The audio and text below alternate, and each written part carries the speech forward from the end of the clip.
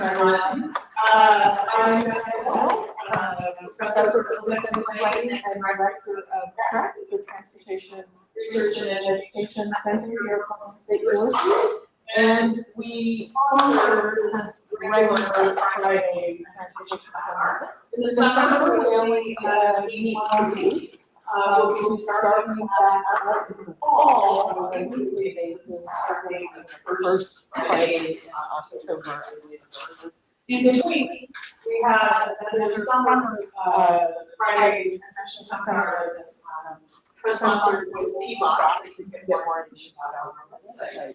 So, welcome everyone in person and online. For those of you who are in the room, I would let you know, and you should know, that we do have a webcast of some live on the web. And therefore, when we get to the question and answer phase, if you're in the room and you want to ask a question, we're going to ask that you use the microphone so that people online can hear your question. So, without further ado, I'm very pleased to introduce our speaker today, which is Sean Williams, who's a PhD student at the University of Oregon. And he's spending his summer here in Portland, Oregon. It is such a compared to where he normally is. So he is, you'll see from what he's going to be talking about, the focus of his research is on data and cycling, and he's going to be presenting some work that he's doing right now that he's going to be interested to hear what input and information you might be able to share to take this a step further. He's also been collaborating with us on Datafication research as well. Previously, so he's working on now, he did some research on older adults and bicycling in England. So with that, I'm going to turn it over to Sean. Thank you. So much. So first, I need to cover at the start. I've never presented overseas, so this is a new one for me. I've never presented before. Also, of course, I'm usually the last lot. So this really is a good opportunity for me. And I do speak a bit fast, so sorry about that. We will find some software for subtitles, I'm sure, for the future. But the official title of Datafication and cycling. Just my background, PhD candidate at University of Brighton. A background in geography and planning. And the PhD is funded by the UK government's industrial strategy. And what that is an initiative by the UK government to boost productivity and efficiency and all these sort of things. What was absent from the plan I felt was any reference to active travel and cycling. There's parts of the UK industrial strategy which talk about the future of mobility. I've got a slide I'll show you later. Aging population, this use of data. There was a lack of cycling, and so me and my supervisor were critical of that, and that's why we put in the application for this project. I just wanted to talk really quickly about previous work and my motivation for what I do. As a sort of researcher, so I don't really mind what the method is as long as it answers the right sort of questions. So when I was working at Cardiff University, there was an opportunity to work on a project called Cycle Boom, and that was about participants over the age of 50, and it was about how they interacted with the urban environment. It was a bit of a strange project for me. I'd never done anything like it before. So essentially what we did was we asked cyclists to follow a well-marked route with a GoPro. So we would follow them as they cycled around the city. And at the end of the project, then we would go back and then we would ask participants why they did certain maneuvers. And what we found was, and also the traces were GPS tracked. What we found was that there was lots of things participants would talk about which weren't covered by any sort of guidance, little things which I wouldn't have thought of. and how would you articulate this in any sort of data set? Precarity and balance, the change in bodies and inability to turn the neck. These sort of discussions. And what we found was if participants wanted to cycle into older age, they had to adapt to the environment, not the other way around. So electronic bike, e-bikes, the use of mirrors, tricycle recumbent bikes. It was the responsibility of the person to adapt. So that really, that sort of work has stuck with me. And I suppose at the time I was young and impressionable, and I can't now get over that sort of experience. And that's the basis really of everything I do now. And the absence of experience in data is something which I can't ignore. And we'll cover a bit more about that later. But just to give a bit more of an overview to the seminar. First of all, I'll do a bit more introduction to the PhD. Policy overview in the UK is quite funny, so we'll have a bit of fun of that one. The third part is a pilot study. So this presentation is part of the PhD. It's a paper which I'd like to develop.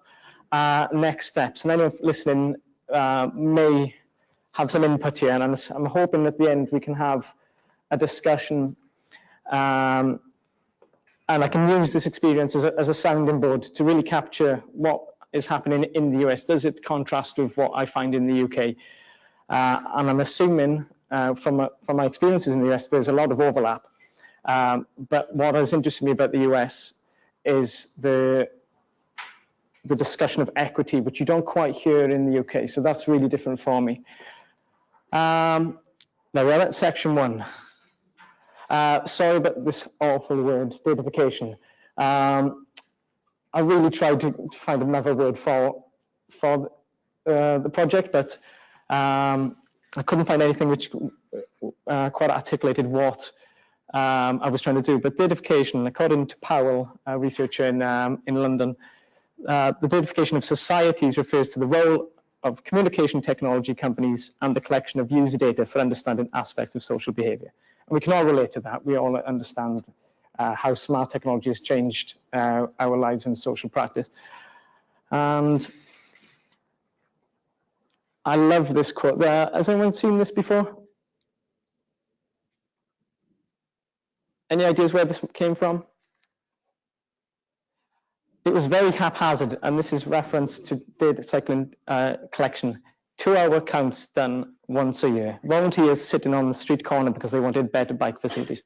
Pathetic, really. Any guesses? No? This came from the Oregon DOT.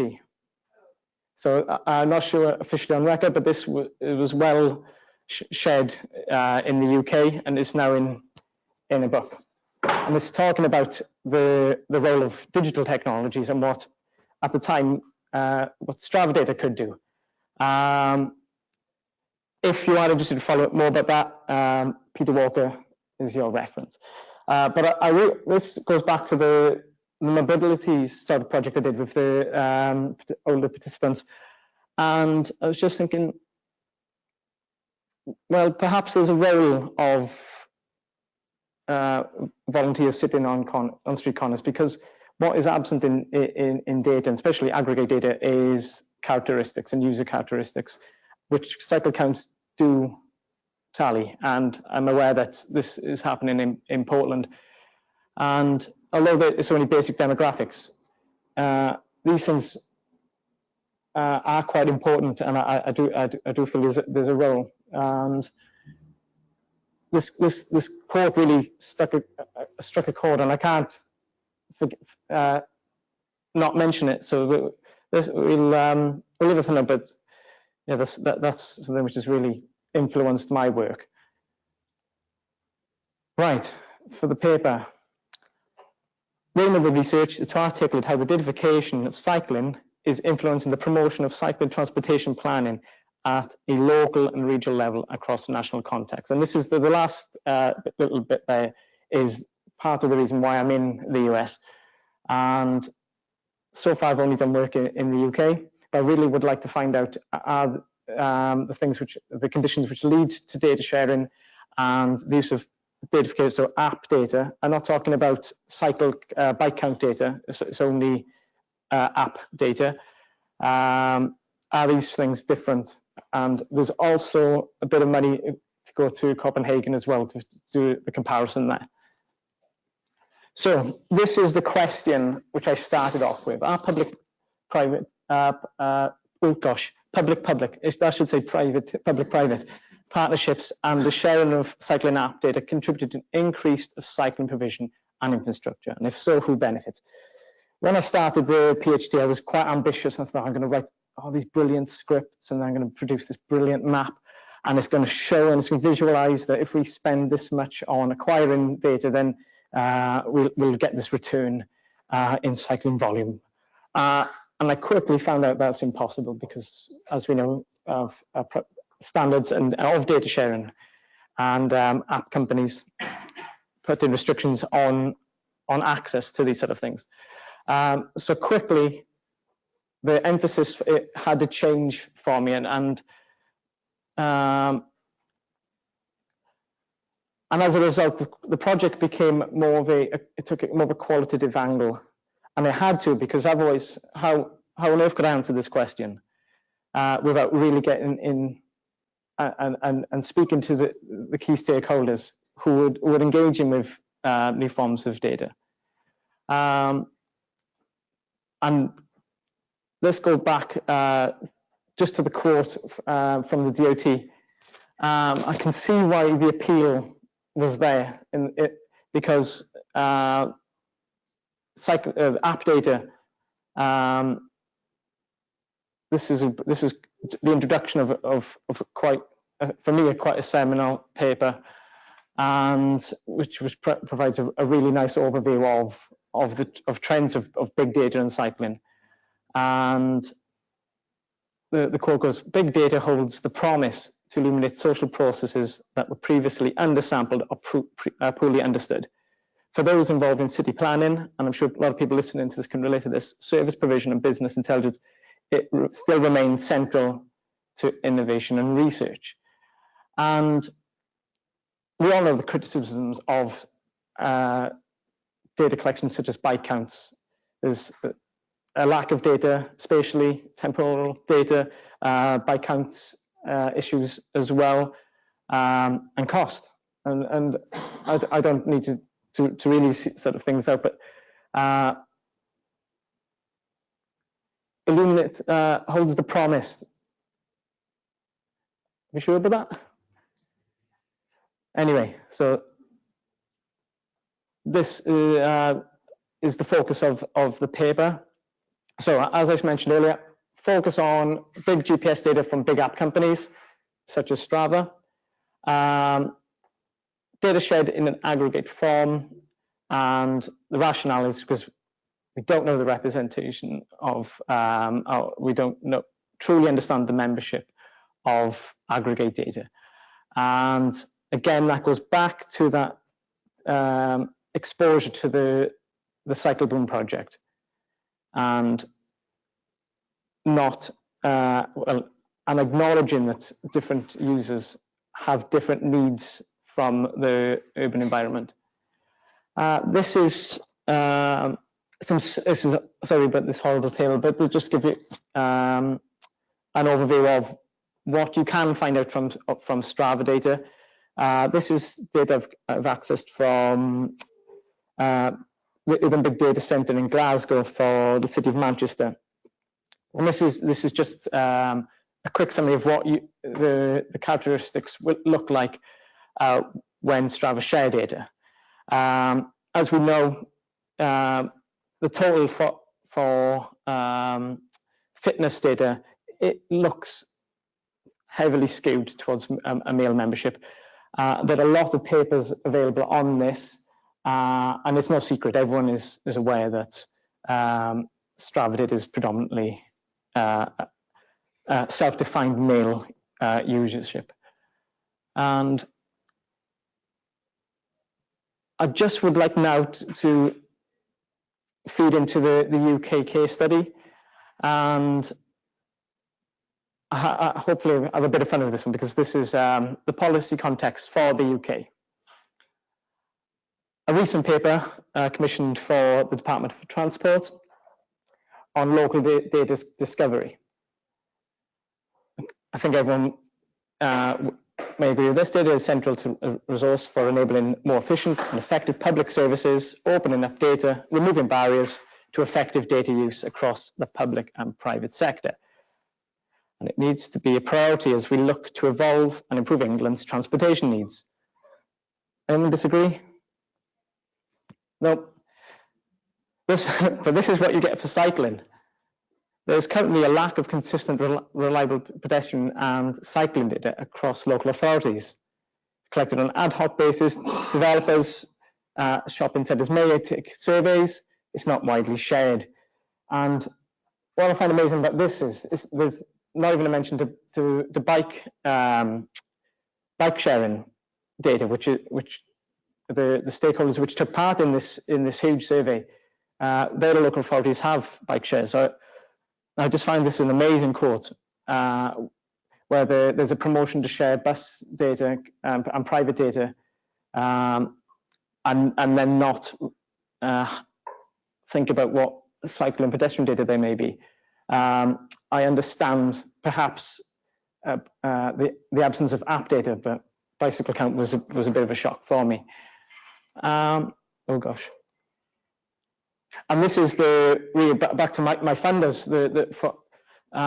This is where I was quite critical of the UK government's industrial strategy, because when we think about the sort of imagery which you see and the policy documentation, the future of mobility is in vehicle automation and the driverless car, and I understand that this is seen as quite a transformative sort of process, but it ignores all other modes of transportation. And to define mobility as in this way, and mobility is quite a complex word in itself. And yeah, I've got a few disagreements with this sort of agenda, but we'll try our best. We'll see what research can do. Right, the pilot study. Earlier I mentioned there was a qualitative element to this work, and I really didn't want to go down this sort of route, but when I started to unpack these sort of debates, which were opening new ideas for me. So I based this on a huge survey done by Aldred and others, and these are quite prominent active travel researchers in the UK. They came up with the propensity to cycle tool, which is now used by some local authorities and is available open source. And they asked the question, what are the barriers to cycling investment? And we all know what cycling does. We're aware that cycling can contribute to the things which the UK government are looking to achieve, a healthy and active society, these sort of debates. So why are there so many restrictions then? This went out to 1,733 participants, response rate 24%, and at the top, the highest number of respondents, transportation officers, which the researchers seem to be looking to speak to. And then at the end of the survey, there was a little bit on, it gave the option for participants to write in what they thought the barriers were.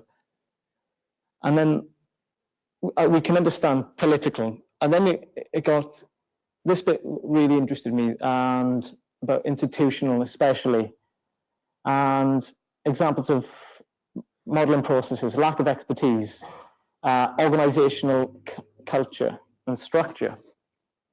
So for the pilot study, I really tried to unpack these sort of things and take these things further, but with the focus on app data.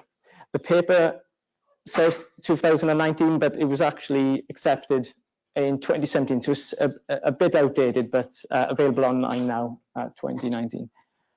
And the reason I was intrigued by this is because it seems from the literature that the voice of transportation professionals is largely absent, especially in the UK, and especially in reference to app data. So I went ahead and did 5 semi-structured interviews, but unlike the survey, which is random, I sought out people who either engage with app data or thinking about it. And they had to be part of a transportation authority and a public one. So 5 participants were from 4 different UK locations. And these are the sort of things which came up. The data veracity, the data quality was challenged, and we know this, and we can see this everywhere. Fitness update described as appealing because of its volume.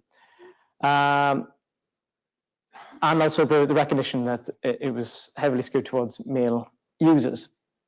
So not only findings there, just what we know. And this really shocked me, the data literacy in skills and what would put people off acquiring app data. So senior transportation planners, critical of the skills within departments. And this is the more interesting part again, and the lack of softer skills. And I didn't quite understand what this meant until coming to the US. And what they were talking about is that if they do an analysis, they don't quite understand possibly what that means for people. And what the participants were talking about, having quite good mathematical skills, but not personal skills, and what that might mean for people. And that really shocked me, and only now, and please take this as sort of provisional, but with the US focus on equity, I wondered if that's what the participant was talking about. So I'll have to go back and speak to this transportation planner. And the solution proposed was this perhaps could come from the professional bodies. And should there be more emphasis on, perhaps you can help me out if there's equivalent in the US, transportation planning professional, the Royal Town Plan Institute accredit transportation planners. Is this something similar in the US that they're aware of? There we are. See, in the UK, if someone's got the word royal in front of it, usually people are quite impressed. But the participant's been quite critical that the criteria for membership is quite outdated, especially given the explosion of app data. Right, and this is the major barrier. And again, I don't think this is a new finding, but this is the huge stumbling block for public agencies acquiring data. And first of all, a concern that when data are shared from private companies, that there's restrictions on the access, and not only from members of the public, but other transportation local authorities, especially local. And also we could think about even here, there's different scales of governance. And if data can't flow between these sort of scales, then the data is not going to be purchased. And the one thing which I would put above all of these, and for the participants, because of privacy and the fear of privacy, the European Union passed the General Data Protection Regulation, which means when you use an app, you always have control of your data, and you can request the company to give you that information and also to delete it. Now that becomes really difficult once data has become aggregate and shared. And because authorities, and especially transportation, they're not legal professionals in the sense that they've got this sort of legal back, the transportation planners, they don't want to touch this data because it's too risky, or the perception that this could lead to some serious legal backlash. It'd be really interesting to know whether this is the same sort of experience which transportation authorities experience in the US. And maybe that is, but it'd be really good, especially at the end of this little talk, if anyone listening, especially on the webinar, can let me know, and I'll put some details on how to contact me. I refuse to use the word conclusion, because a survey of 5 interviews is not enough to qualify anything as a result. But what can we draw? So the coming together of the policy and everything I know so far, and the people I've spoken to, the experts. And I just want to go back really quickly and explain why I use the word experts.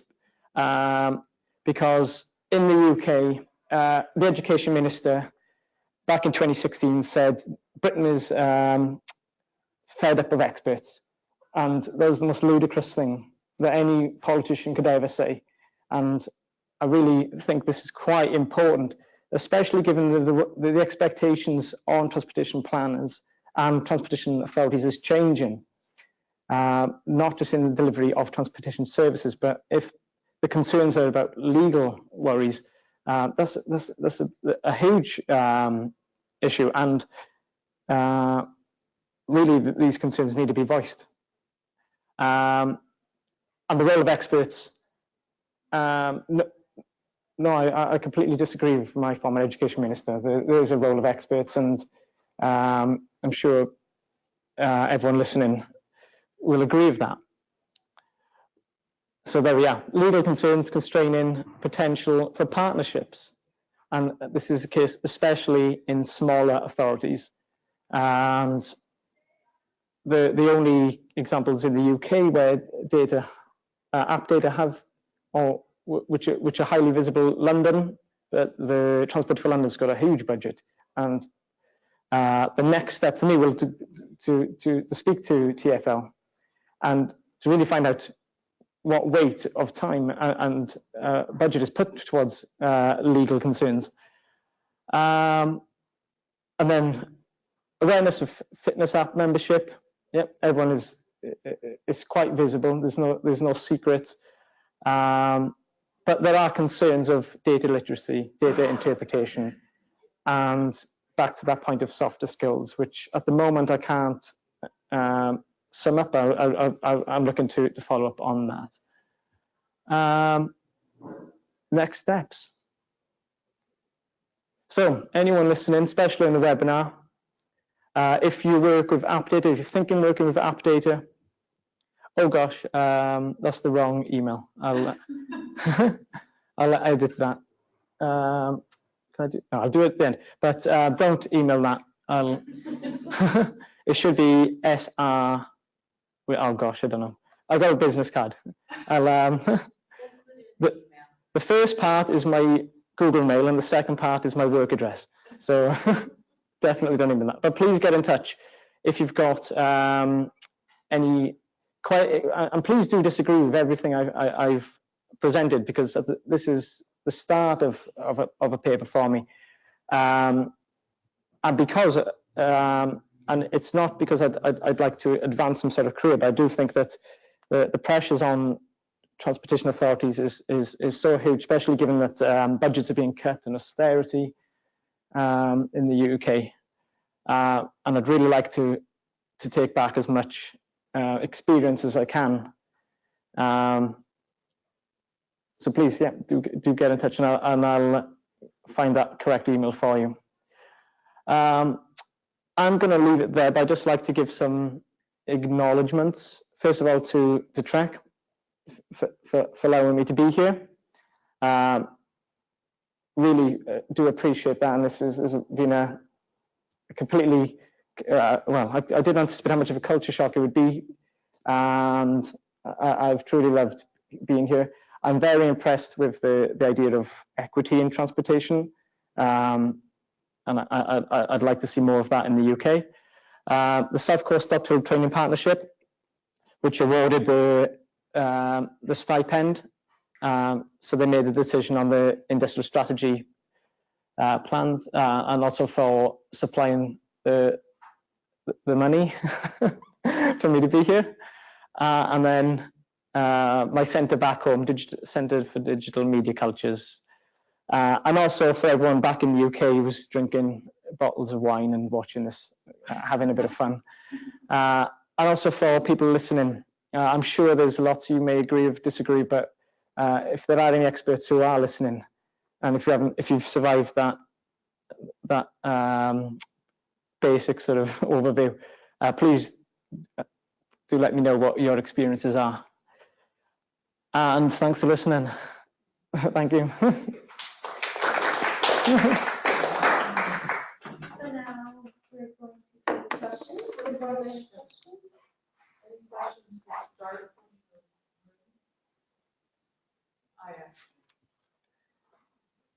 Thank you very much, Sean.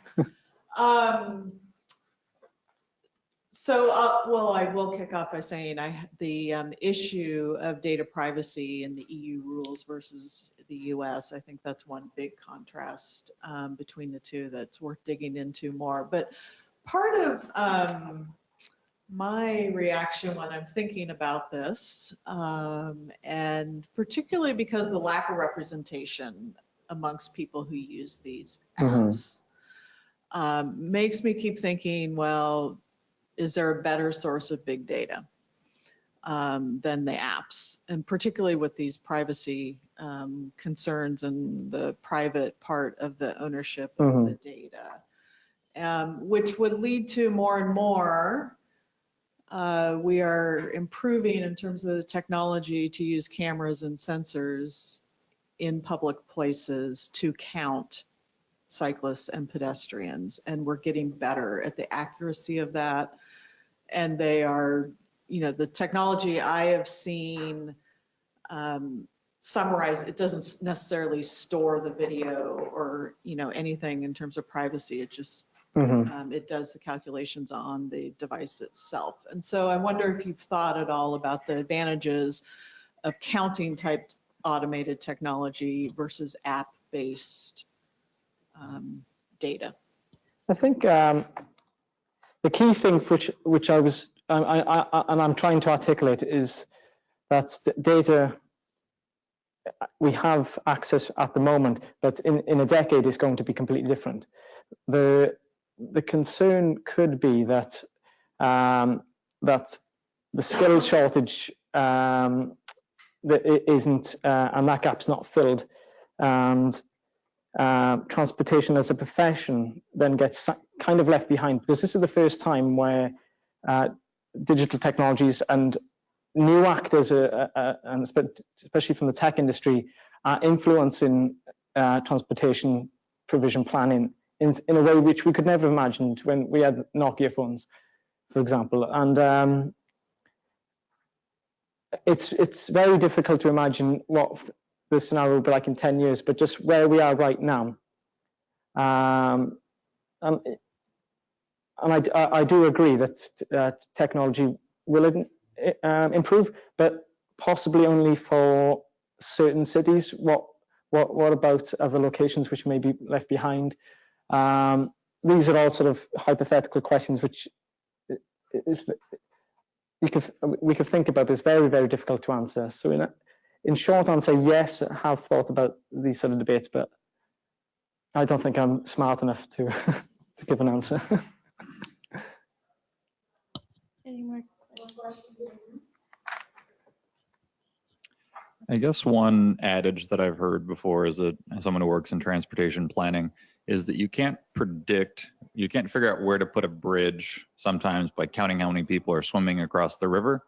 And I'm wondering in terms of looking at this data. I mean, I love looking at the heat maps for Strava data or even my own data, seeing where I've been, and where I want to go. But oftentimes it's hard to predict, proactively figure out what people's needs are going to be rather than just reacting to how people are using the infrastructure. Was there anything that you saw in your work that might lead to more proactive use of this data to predict needs that we might not even know about as things are changing so rapidly? Okay. I'll do a roundabout sort of way to answer this, or I'll give my thoughts on it.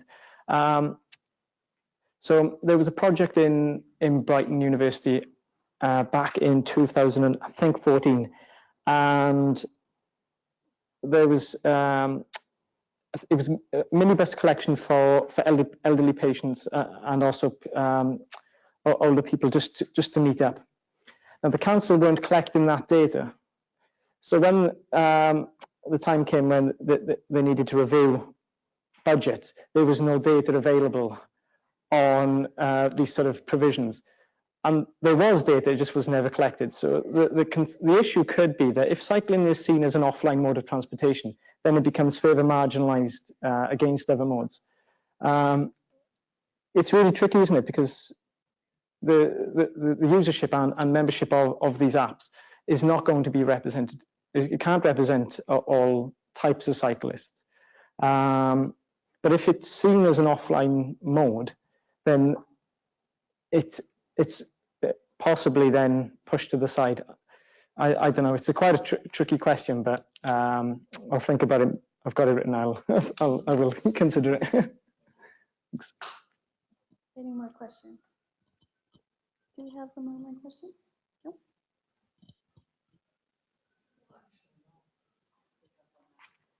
I mean, I think what that gets at partly is sort of the revealed preference versus stated preference. I mean, sort of that classic, or one of our challenges, longstanding challenges in transportation planning and other fields as well, whether, whatever technology we're using to count and measure what people are doing today is reflective of, how we've built our cities today. And so not, what a better future might be if we built the cities differently. And so the trick is, how do we take all these data and use it to predict what'll happen in a better environment? So, I mean, I guess I am optimistic that more data can help us do a better job of that than fewer data. Yeah, and I agree. I did tweet yours. Oh, grand. Thank you so much. Any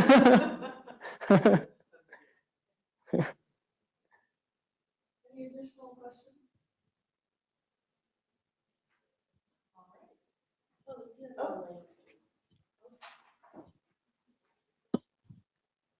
What do you think is the most important lesson you will bring back to the UK from Portland? Good question. Really, and I'm not making this up. In my discussions, and I have, just like the UK interview data hasn't been subjected to any sort of strict analysis. It's just been transcribed and viewed thematically. So I can look at pull out these things keep coming up. So for example, privacy. In the US, it's equity, and it keeps coming up time and time again. And it's quite refreshing for transportation experts to see themselves not just as facilitators of movement, but as public health facilitators. So enabling movement and active lifestyles. And in my sort of my own sort of digging, there are policies which support these things. So these things aren't being made up because someone likes the idea of equity. These seem quite real and substantial and quite important for transportation authorities. So I think it's that. And I'd really like to find out more. in the UK, there is a bit of a discussion. There's something called the index of multiple deprivation, where lots of different variables are looked at, and for England and Wales, maybe Scotland, and the least deprived places are ranked, for example, the lowest ranked. I'm not sure what the total numbers are, but it just gives an indication of what are the priority areas, for example. But I don't feel convinced by that, and I just think there's something happening in the US which is going way beyond just doing some sort of quick thematic map of, oh, this is a bad area, this is a good area, we'll invest here. Seems to be a bit more joined up. So I think equity and the inclusion of that in the transportation professionals portfolio is, and I'm not trying to say this is not part of the UK's portfolio, but I just don't see it as obvious. So I think that's my answer.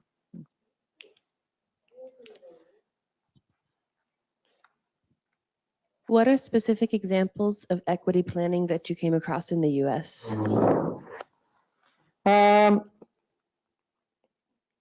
So only examples from Portland. So in my discussions, I can't quite remember the names of the documents, but I do have them recorded, and I perhaps can circulate that information after the talk, but I can't off the top of my head remember. Someone also asks, does the issue of equity you raise link with mobility justice? Absolutely, yeah. Mobility justice is possibly one of the core theories I rely on. There's a brilliant book called Mobility Justice by Mimi Scheller. I recommend everyone to look at that book. So in that book, let's unpack the word mobility first. Mobility, so unlike the UK's definition of from A to B, so A, B, mobility would look at everything in between. So did I feel nervous here, anxious? Did I struggle here because of the elevation profile? So mobility is trying to unpack everything in between. And the justice element is looking at far more than just from a transportation perspective.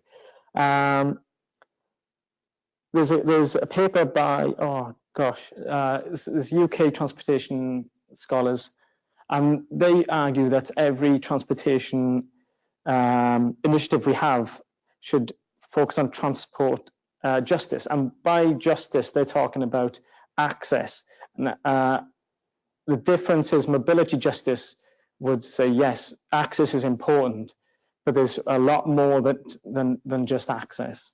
Off the top of my head, I'm struggling to figure examples now, but please review Mimi Scheller's Mobility Justice. You can get that book for about $20 online.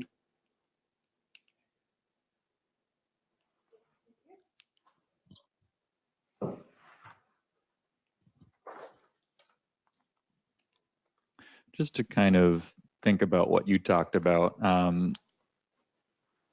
you mentioned kind of speaking to a distrust of experts in the UK and issues going in line with that. I'm sure there's political parallels as well, but I think when you said that, it really reminded me in my profession as a traffic and transportation engineer, and going back to kind of what we've been talking about equity a lot.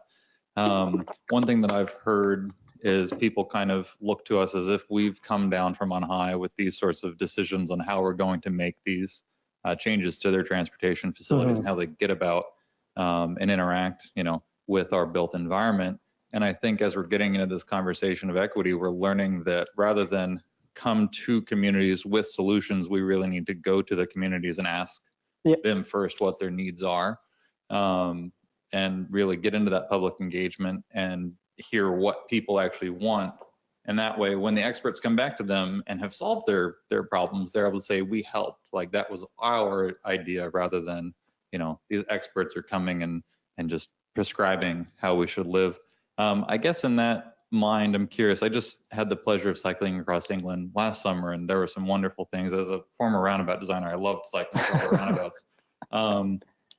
But I'm wondering, is there anything, I know you said about the things that you learned from your time in Portland, but is there anything you think that the UK experts have right that we here in Portland would be wise to listen to?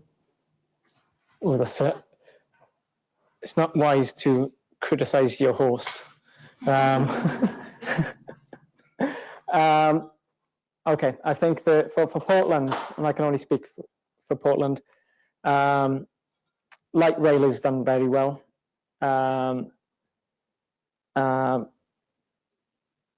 Bus provision is good, but it could be a lot better. I understand that Portland is getting bus rapid transit. Is that correct? Anyone know? Yeah. So the way to test a transportation system is to navigate it without a mobile phone, and I manage that just about. And I think what I don't know, and this is because of my worldview, is that buses should be color coordinated, or like the London Underground is, if you're on, if you're getting somewhere, if you're on the Victoria line, and color coordination is quite key. What's quite poor in Portland is the information, what do you call them? No, so I'm walking and I can see a map and I'm here. I can't remember the name. Visit information kiosk. Okay. Those are quite illegible, I feel. I'll have to double check, but there's a great paper about the design of London's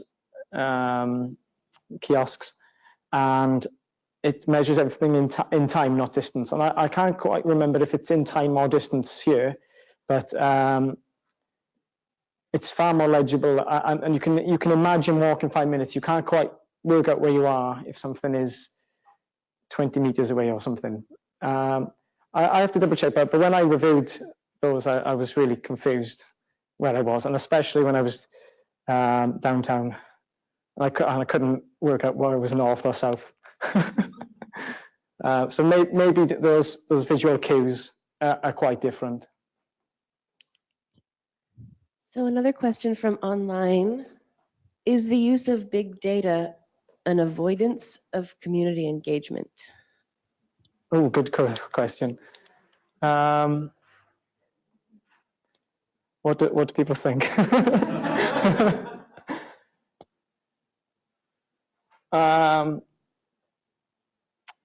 I would go to, well, I don't know about avoidance. I do think there's a serious issue with commercial standards and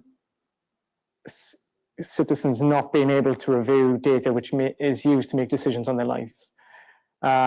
So if there's restrictions on data sharing, that's a serious issue for public policy. No policy should be made, in my view, without public access to that data, but that's my view. I don't know, that's a very deep and difficult question. All right.